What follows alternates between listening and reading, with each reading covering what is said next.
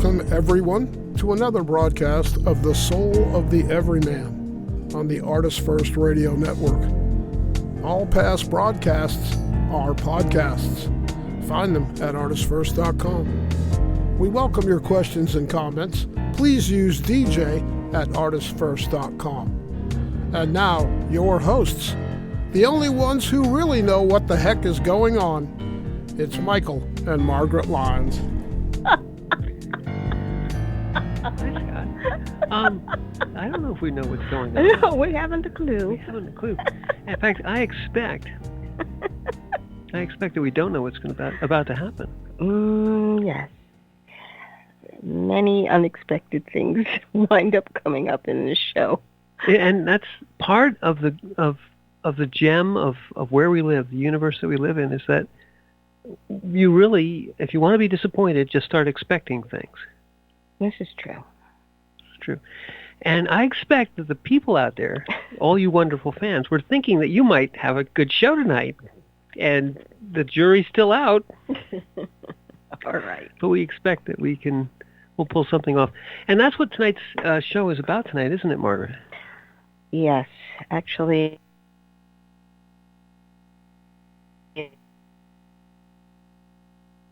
the thought, when you look at life, most people live their lives expecting things to go smoothly. I very rarely come across and says, we're going to give it our best shot, but stuff always happens. Mm. Well, and tonight we are going to explore the stuff that happens while you're expecting it not to. Right. And to that end, I think we're going to lead off unexpectedly with the quote, because that's not what we do normally. So we're going to surprise people. Okay. Well, this first line has to do with the voice in your head. Mm. It's talking. And what it says to you is, fulfill me. Make me happy. Make me feel safe. Tell me who I am. And the response is, the world cannot give you those things. And when you no longer have such expectations, all self-created suffering comes to an end. And that is, again, Eckhart Tolle. Mm. But if you think about it, how often have we had those thoughts and feelings? I want to be fulfilled. Fulfill me. Make me happy. I'm not happy now. Mm. I don't feel safe. Someone make me feel safe. Tell me who I am, because I don't know who I am. And frankly, these are all the misgivings that you have in childhood when you first go out to explore your universe, your world. Not sure what's going on. Mm. And you're always looking to someone to tell you what's expected of you. Isn't that interesting? Mm. I think that comes later in childhood. I think you don't see that in infants, and you don't see it in, let's say 2 and 3-year-olds. But along about the time that the ego begins to arise in children, and they start to internalize that voice, the voice that says, tell me who I am, rather than just being the being. The infant doesn't say, tell me who I am. It's just, I'm me. Just be me, and I'll be you, and you. Rather than the other way around. Yes, sorry. Just that an infant is experiencing the body, and when it's hungry, it's like, fulfill me. I'm hungry. Make this stop. Hmm. Make me happy. I'm hungry. True. I mean, there's partially this, the statement "fulfill me" could be literally "feed me." Mm-hmm. But in this, I believe in this context, what Tolle is really saying is, make my life have meaning, rather than intrinsically realize that it has meaning. Make me happy. I'm not happy unless someone is literally trying to make me happy. And if I'm not happy, somebody else's fault, right? Somebody else is responsible to make me happy. If you relate it, though, to that infant state, that's basically what you're experiencing in that moment without words.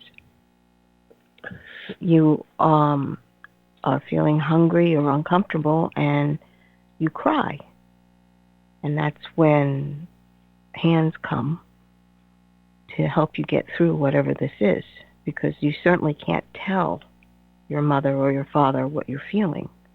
They have to infer this. It's like, are you wet? Are you hungry? Are you in pain?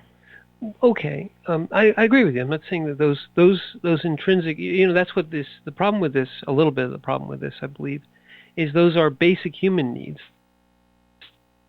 safety and nourishment, and those things you could conflate. But I think the ego latches onto those much the same way. I don't know if it was the last show or two or three shows back, where it kind of extrapolates from these basic human needs into the ego needs, of you have to make me happy, you have to give me meaning, you have to tell me who I am. That's the tell me who I am is, you never see that in an infant.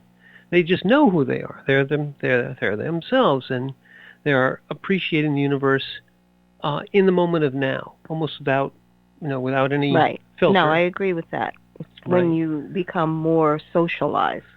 More socialized. That you begin to look for the tell me who I am. Right, and I think Tolle he's speaking to an audience, and most of his audiences are filled with people who are seeking. So there's a certain level of awareness.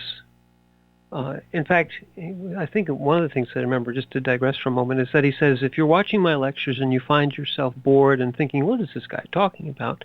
You aren't quite there yet. You're not quite ready to be here and listen to this, because this already assumes that you've got some level of awareness. But so he's speaking to this to this crowd, this sort of person who is looking, and realizes at least at some level, when he tells them, fulfill me, make me happy, make me feel safe, that these are the things that are driving them. They're actually causing what he says in the second part of this statement, which is that it's causing self-created suffering. This crushing need for identity. Tell me who I am. Externally, give me. You're a doctor. You're a famous person, you're a rich person, you're this, you're that, all these identity things that the ego wants to latch onto. Or, I'm afraid, so somebody else has to make me feel safe, or somebody else has to take care of me. Isn't that interesting, though? Because that's the initial stage when you are in infant mode and child mode. But the minute you begin to explore your world and see your place in the world, if I can use that phrase, you go from an internal feeling to an external feeling. In other words, you're looking for an answer outside of you. Correct. You guys need to tell me who I am. And since you guys have been doing that ever since I was born, why can't you continue doing that? Doesn't it also belie the ego's basic mistrust of being? And what I mean by that is that the ego literally, can't say that, literally rejects the idea of intrinsic being and looks for an external referent that will give it meaning. And you say to yourself, well, where did this come from? Where did this persona come from? It gets created by mind and by emotions and by thoughts, becomes an entity which knows it lacks something. It's got this intrinsic insecurity about who am I, and then it looks, instead of looking internally, because that's the source, turns its back on it, somewhat figuratively, but almost literally, turns its back on being and looks outside and says, well, I must be this kind of person, or I must belong to this group, or I want to aspire to be rich or powerful, or I feel afraid, so I want somebody to protect me, or I want I'm going to be an aggressive, violent person to make sure nobody will ever hurt me. These external things become that which the ego seeks. It seeks adulation, right? It seeks approval. It seeks identity. Look at me. I'm important. So many people listen to what I say. I'm an influencer. I'm an online influencer. I've got millions and millions of hits and views and dings and dongs.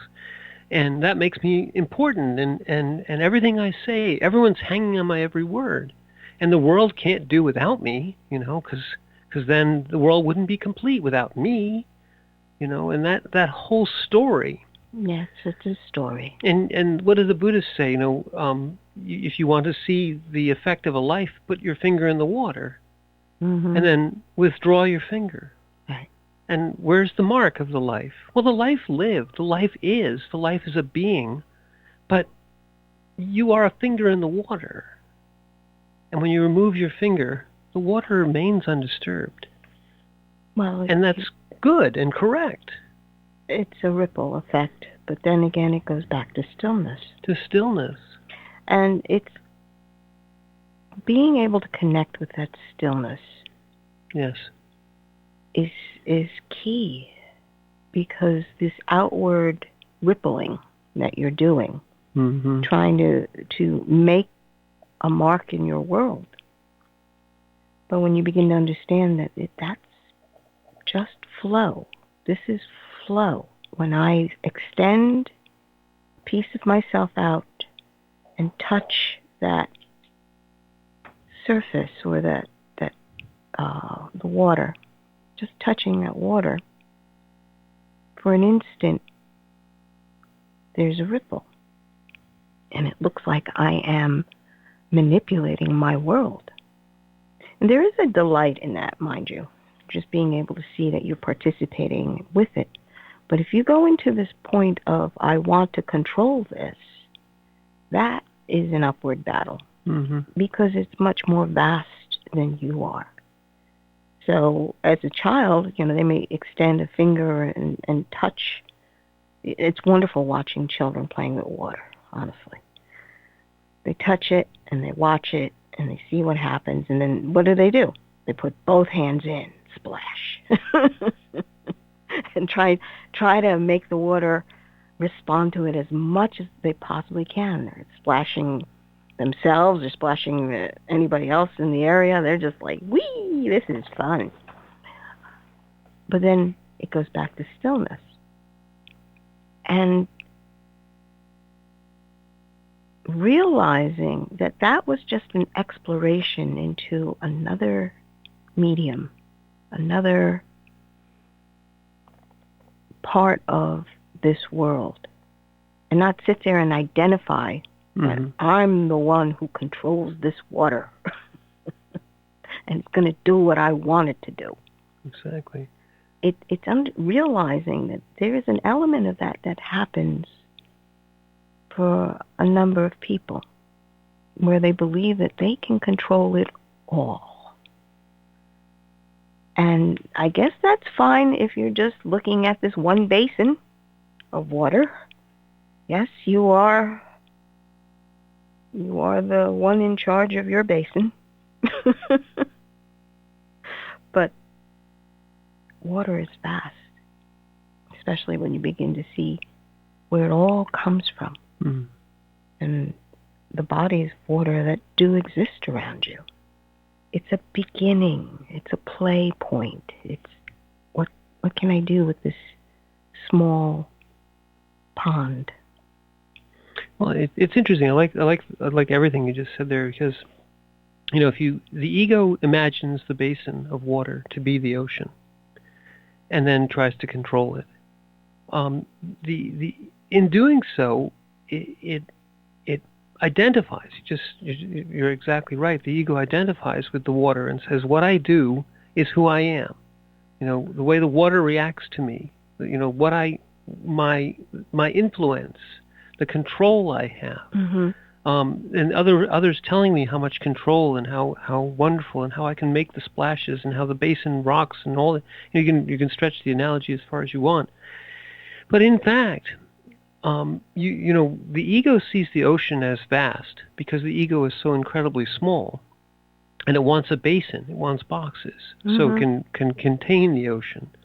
But the being is the vastness which encompasses the ocean, in fact.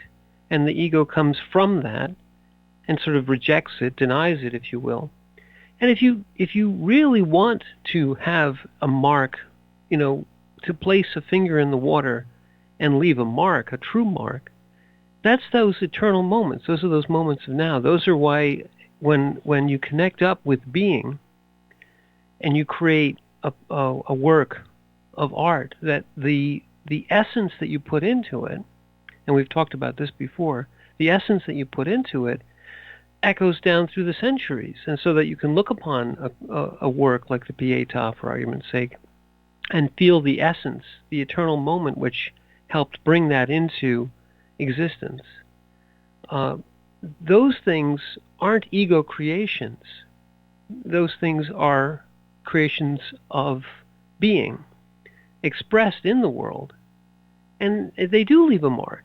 The ego wants that, but it wants it such that the control of it is within its grasp. It wants to, to paraphrase, it really wants to be God. It wants to order the basin to move and to stand still and to obey its every command. And yet it's turned its back on the essence of source from which your being is from and is part of.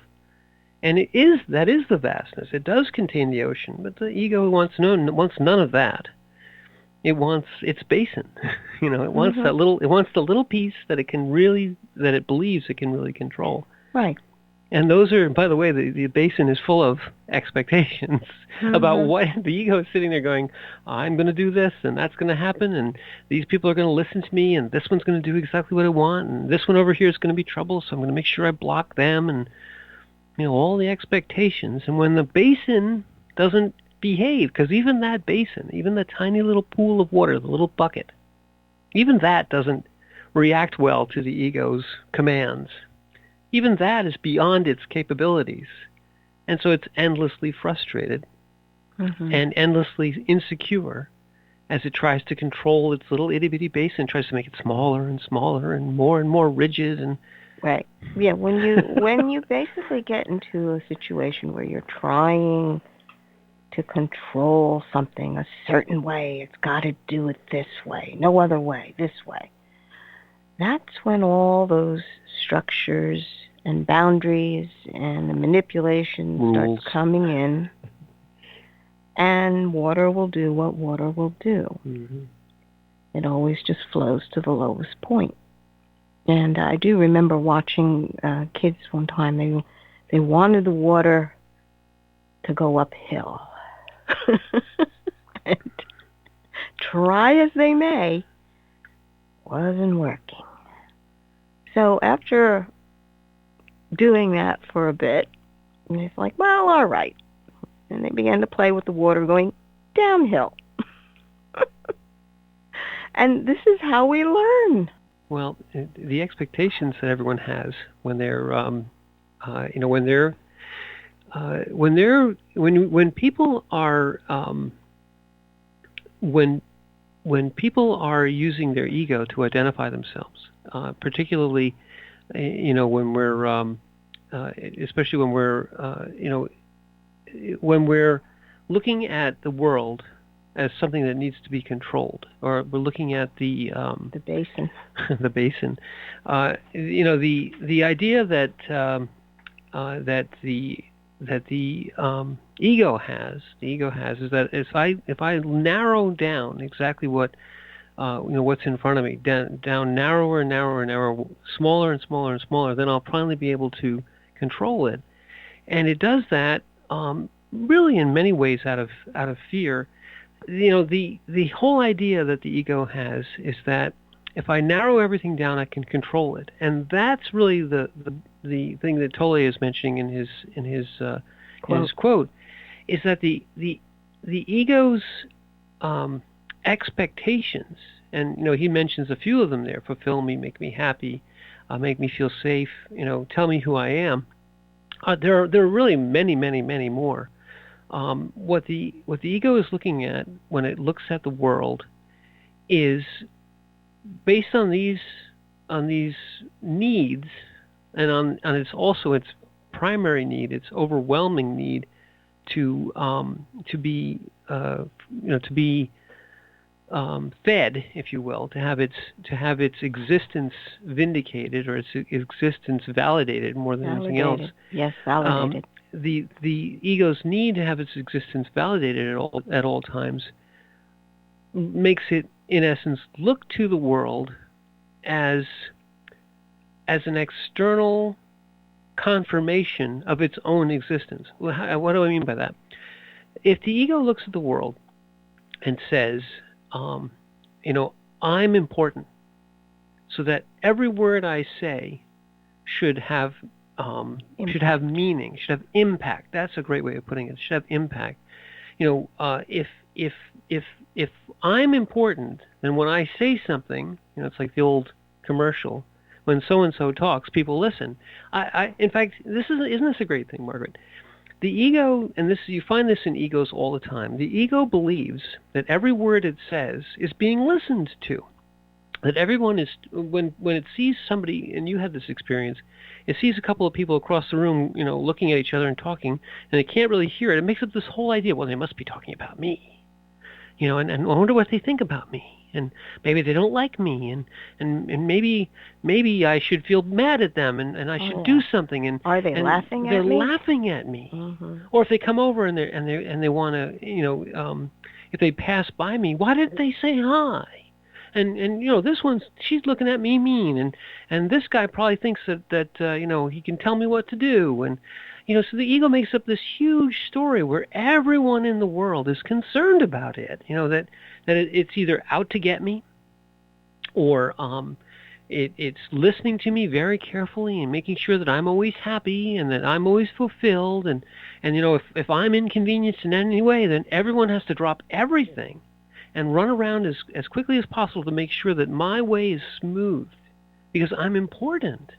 And in my little world, where everything I do, it isn't the Buddhist idea of put your finger into the water and remove it, and the water becomes still again. It's not energy. It's literally saying that the world is all about me. The world, my little basin, my little bucket, is ordered by me, is there, is in place to satisfy my needs. That when things aren't going right, there's something wrong with the world, not with me. No. There's something wrong with the world if things aren't going right. And my expectations are that everything I set out to do will become accomplished, or if not, it's someone else's fault and someone else is out to get me. And if I try something and I fail, well, that wasn't, someone else made that happen, and it was unlucky chance, and I'm going to next time that won't happen again because I'll have learned, and I'll have all my insurance, and the ego's just got all these little stories.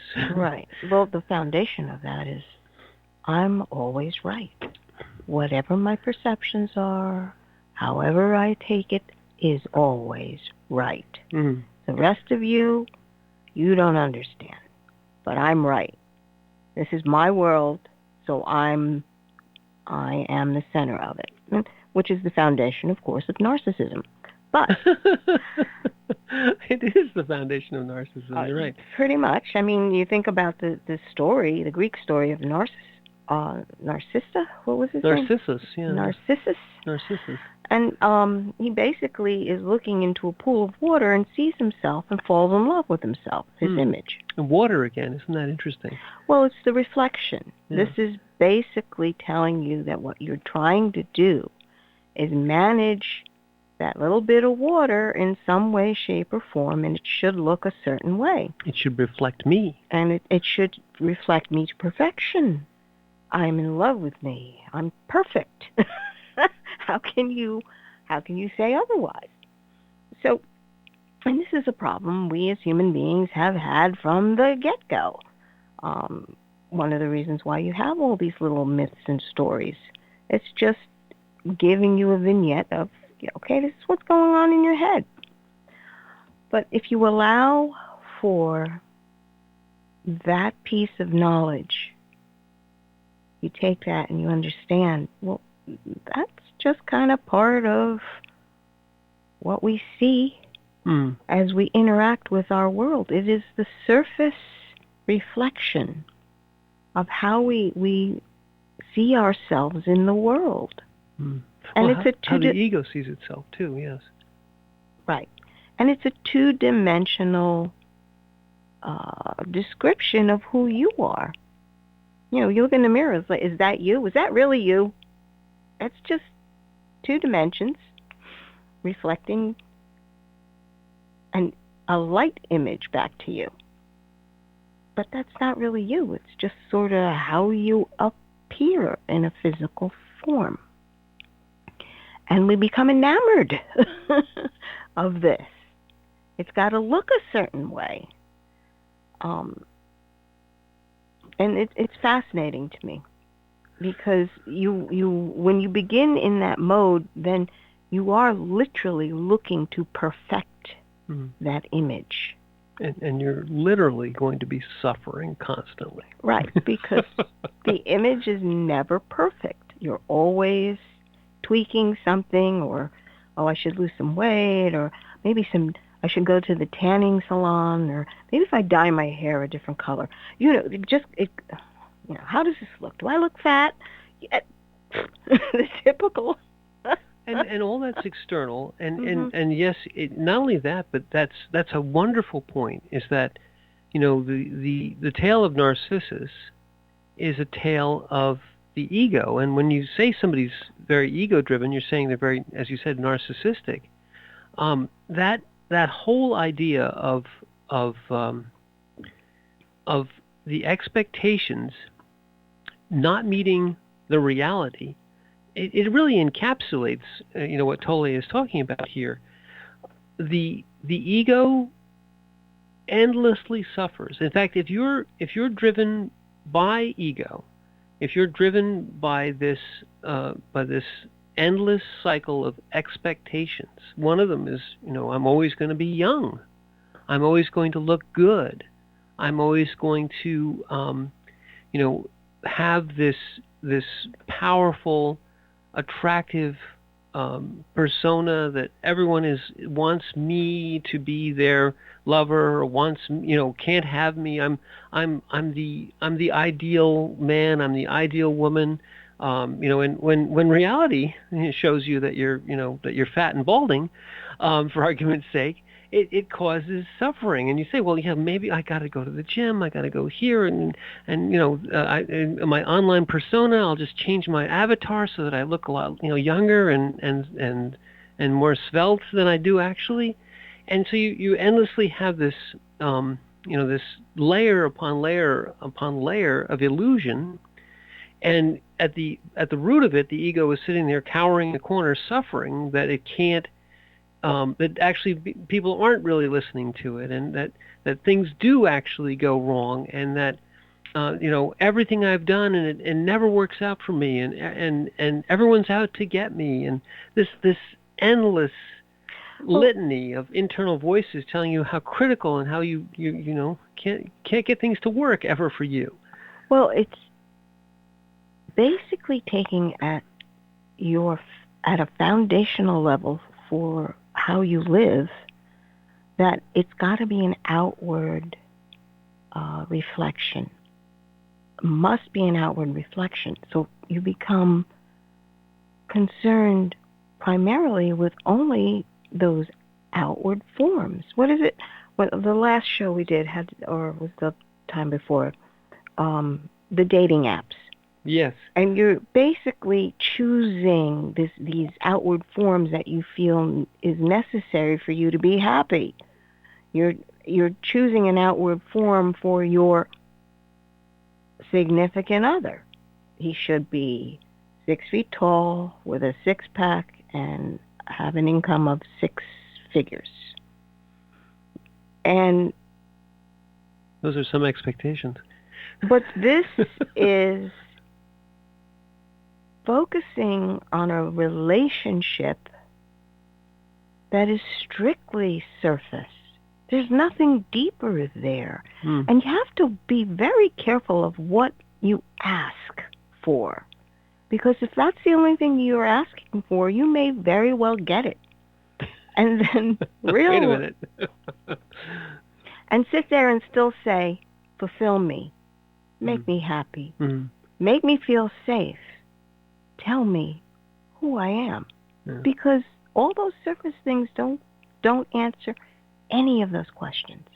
Not a one. You've identified something, and that's really a beautiful, succinct way of putting that.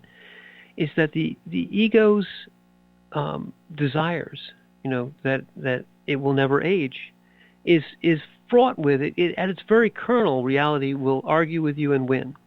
The ego's desire that everyone will always listen to me and everyone will always make me happy is at instant conflict and endless conflict with reality, where, as the saying goes, bad things happen to good people. Well, really, bad things, that's a wonderful saying, because that kind of presupposes that bad things shouldn't happen to good people.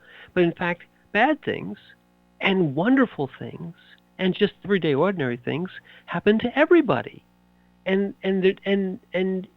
you're both not special if you're truly, as you mentioned earlier in the first part of the hour, about realists. How many people we know that are actually realists?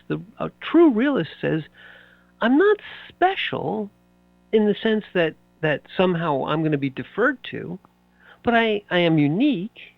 But to the extent that you believe you're special, and to the extent that you believe that what you want is what you should get, and as you mentioned, and God forbid that you actually should get it, because then you'll really be suffering. But all the things that the ego wants are within them contain the seeds of its own discontent, so that they're unattainable things. Endless youth, ultimate control, incredible influence. Always being happy, always being fulfilled, always knowing and having everybody know exactly who you are and how important you are, and never having any concern that any bad thing will ever happen to you that won't be instantly resolved to your satisfaction, and that everyone in the world will defer. These are all utopian and ridiculous when you start to think about them. They're ridiculous constraints on life, that I can't be happy unless this, unless that, unless the other thing. And so what are you? Well, you're miserable all the time. Pretty much. And what I find fascinating is that there's a basic assumption there that things are supposed to go well all the time. For me. Yeah. For me, it's supposed to just happen for me. Things are supposed to just fulfill me. They're supposed to make me happy and feel safe and continually satisfied by something. And frankly, I'd like to know, where is that written? Who made that contract? When you ask yourself straight out, is this what I truly believe? Is that an internal belief within me that it's all supposed to work out all the time for me? Because most of the time that's a sublime. It's underlying all those thoughts of, well, okay, I'm supposed to be happy, so someone's not doing their job. What was that, a Lucy thing? I'm unhappy. If you believe that the people are put on this world to make other people happy, then someone's not doing their job. That was a Lucy in the Peanuts cartoon. So, if you can accept that we are not promised a life without difficulty, In fact, that's the main reason why you came down here. Because you're supposed to learn who you actually are. And you don't learn unless you go through a few things. You never know what's inside of you unless you are challenged in some way, shape, or form. You have to go beyond what you think you could do, because you're not what you think. Thinking is a concept. You're more than just a concept of who you are. Think of that reflection in the narcissist pool, or narcissist pool. That's funny. That reflection is only a concept of who he is, not who he really is. And he fell in love with the concept of who he is. I've got to look this way all the time. Yeah, I mean, you mentioned this earlier. The whole idea of the pool of water reflecting you, and that goes back to this idea that the ego looks first of all at the universe, this vastness, and says, "Oh, I'm so small and within all this." But no. That's not what the ego wants to hear. No. I can control my universe, and if I limit it, if I narrow it down, if I put it within my hands, as long as I grasp the universe, as long as I have this basin or this pool of water, which completely reflects me, which shows me who I am. I look into the water and I know who I am. There I am. I'm in the water. And the water, in essence, becomes me. I identify with this image of me. I identify with this two-dimensional projection, this chimera of me. And you see it today. Every person who desires to be an influencer on social media is feeding a raging ego demon, if you will. An image. An image. And you're encouraged to produce an image that you have to nurture. Isn't that amazing? Instead of being who you are, you have to produce an image, which is like... And you fall in love with that image. Or you're trying to make people fall in love with that image. Well, that's true too. And to the extent that, the ego looks at that image and identifies with it, is also that sort of same thing. The seeds of your suffering are sown within that, because it's an unrealizable or unattainable ideal.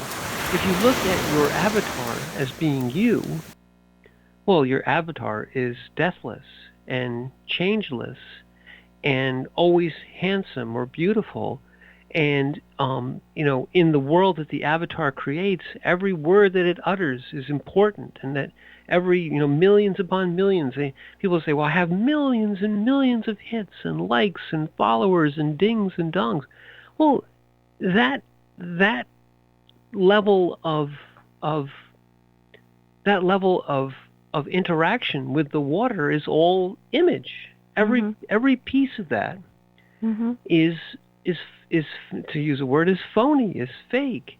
And yet the ego finds it both, and it has an insatiable appetite for it, but it finds it's like eating junk food. It's like eating air or cotton candy. It's completely valueless as far as true nutrition. So it eats it and it wants an instantly hungry. I instantly want more. I instantly need another hit.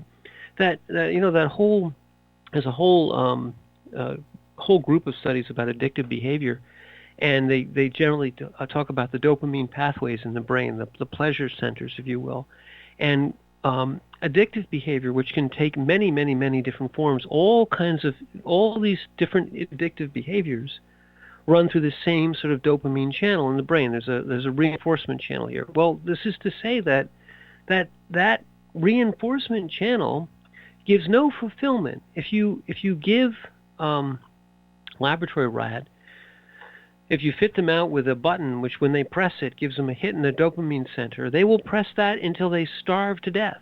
They will press that in lieu of food, in lieu of every other thing, and nothing that is offered to them gives them more pleasure than that. That whole ego unfulfillment, inability to become nourished, but yet endlessly hungry, becomes the suffering. Becomes the suffering which can lead you all the way to death, if you will. Yeah, to follow the pleasure until you die. Well, and to realize that it's never enough. It never fulfills. Right. You keep doing it, hoping that this will fix this hunger in you, but it doesn't. You know, and with true addicts, I should say, they have to reach rock bottom, and the ego is like that too.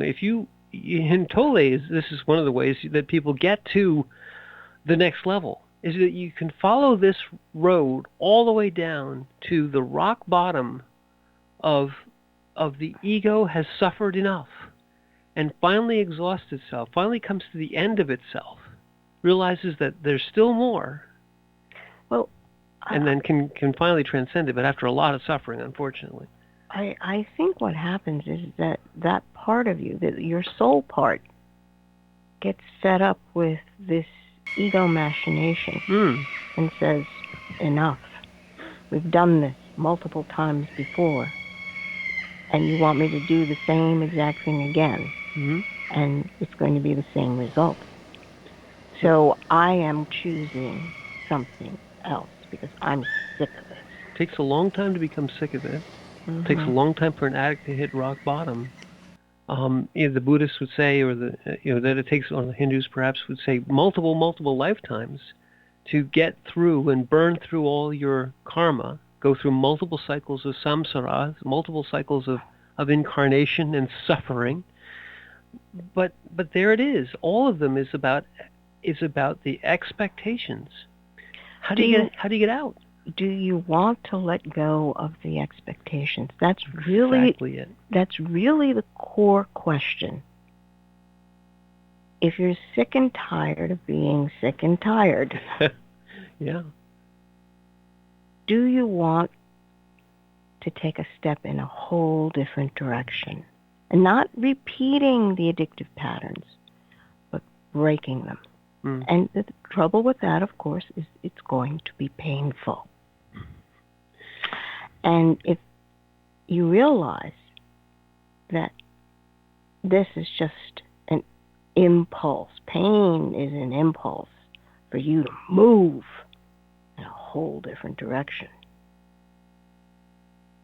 Do you grab it? Do you embrace it? Or are you going to run away from it and try to do the exact same thing all over again? Isn't that interesting, Margaret? I mean, so how do you continue suffering? You continue suffering by ignoring it and trying to do the same thing over again, hoping that the suffering will go away. And how do you get past suffering? And how do you break it? You literally do what you just said, is you get sick and tired of being sick and tired, and you just accept it. You say, okay, this pain is important to experience and be in right now. And then you realize that you go past it. You accept that, yes, right now, in this moment of now, my life is a tiny bit uncomfortable, or a lot. I'm miserable. But then in accepting it, in totally accepting and saying that right now, this particular moment of now, contains a little kernel of misery. And you just look at it and say, yep, here's misery today, or here's fear, or here's whatever it is. Accept it. Say, I'm not special. This isn't defining me. This isn't who I am. One of the things that ruins the ego's whole strategy is it literally says, I will not accept the suffering. I will not allow it to be. Who I am never suffers. And so it endlessly suffers. Instead, if you said, okay, in this moment of now, there's a little rain on my parade. I dropped my ice cream on the sidewalk. Oh well, what can I do about it? Nothing. The ice cream is ruined. I have to accept it. I feel sad. I feel sad. I am sad. I feel sad. Is there any way for me to fix this? No, the ice cream is gone. Well, I'm just past it now. Now I'm on to the next moment now. Wow, look, there's the ice cream truck. And look at me, I have a quarter in my hand. I'm going to get another ice cream. What? And whatever it is, a quarter bar of bullion. I don't know what does ice cream cost these days? A lot. Anyway, you go up to it and you literally say that thing that happened to me taught me something. It taught me something about the universe. It taught me something about suffering. It taught me to accept what is, and then realize that the next moment of now is completely within my control. In one way, I get to determine exactly what I'm going to do as far as reacting to it. And accepting it, and then saying, is there anything I can do? Yeah, I can do this. Or there's nothing I can do. But guess what? You get another moment of now. You get another swing of the bat. Another ball gets pitched to you. And you have another chance to hit a home run, as long as you don't sit there crying over the fact that you just flied out, to use all these baseball analogies. As long as you don't sit there and live in the misery of, I've lost my ice cream forever and somebody has to fix it, and gosh, this is the best ice cream on, and you're just stuck there. Well, that your world, you've narrowed your world to this very small melting ice cream incident. Yeah. And it's rather amusing, actually. It's like, so that's where we happen to be. Do you take steps into something else? What it reminds me of, and not to, but when you're speaking with someone who's got short-term memory loss. What? And I'm sure a number of people have had this kind of experience. They really don't remember what happened, what the conversation was 10 minutes ago. So they ask you the exact same questions they asked you when they first saw you. Oh, how are you? What have you been doing? Et cetera, et cetera, et cetera. And it's the same question every 10 minutes. At that point, you can begin to vary your answers just to see what the response is going to be to the story you're telling. So you can you can vary the story so outrageously that they look at you like, no, that didn't happen. Right. And then 10 minutes later, the exact same question, and you can give them a whole completely different answer. It's fascinating. It's like, let's choose. You actually are choosing the pathway that you're going down, and you get to see what the reaction is. And the interesting thing about that, and having that experience, and I know you've had it as well, the thing that you're doing there is not suffering and letting the suffering of this person become your suffering by saying, why don't you understand? Why don't you understand? Why you should remember? I've told you that 15 times. And you're suffering, they're suffering. The whole situation is bad. Instead, you, with all accepting in the moment of now that this is what's happening. This person's memory is gone. Yet you still love them. They're still a being. You're still a being. You accept that this is what you have to do, and you can fall into the acceptance of just enjoying it. Yes, you're still interacting with them. Yes, they have some sort of disability. They can't remember anything anymore. But yet, it becomes joy and not suffering. Right. So we have reached the end of our hour. I didn't expect that. So I'm Margaret. And I'm Michael. And thank you for listening.